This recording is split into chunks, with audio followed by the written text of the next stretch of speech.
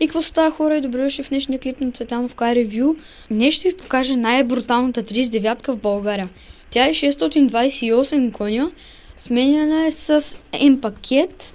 Сега на екраните ви ще излезе колата как е изглеждала като е била закупена. След това ще ви излезе на екраните как е била допреди, преди месеци.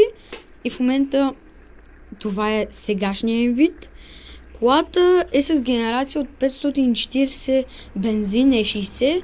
Халогените са от AliExpress. Колата е правена ремап и в момента е Stage 3. Бих казал, че доста добре вози. Генерацията, не знам дали казах, е от 540 бензин E60, както и мотора.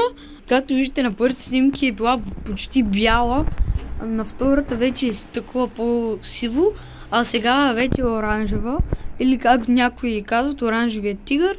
Сложен е стикер на M5, M-Power и тук карбон в багажник. Ето, много яка кола. Колата е с оранжеви керамични спирачки.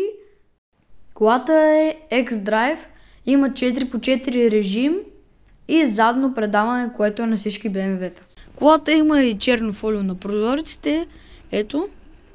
Много добре, на мен много ми харесва. Колата е с Galaxy джанти M1. Липчето отпред е много яко. И нека да се премятаме вътре.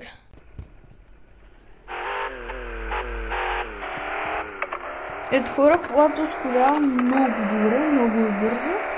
Ето, чуйте звука. Уникална кола.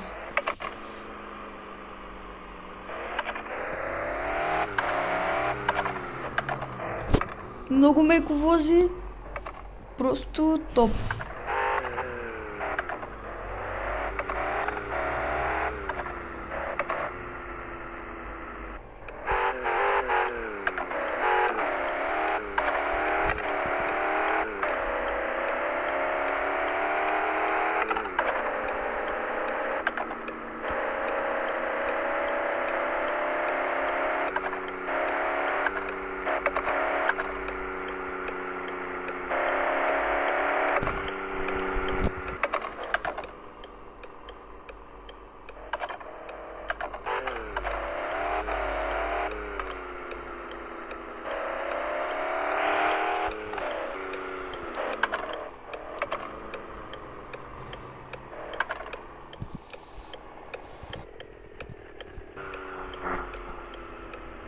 Хора, искам да се извиня, че се чуваше постоянно някакво тракане. Това беше, понеже бяхме забравили единия мигач и накрая го разбрахме на клипа.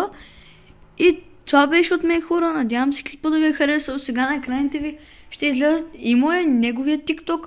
Може да отидете да ни последвате и чао!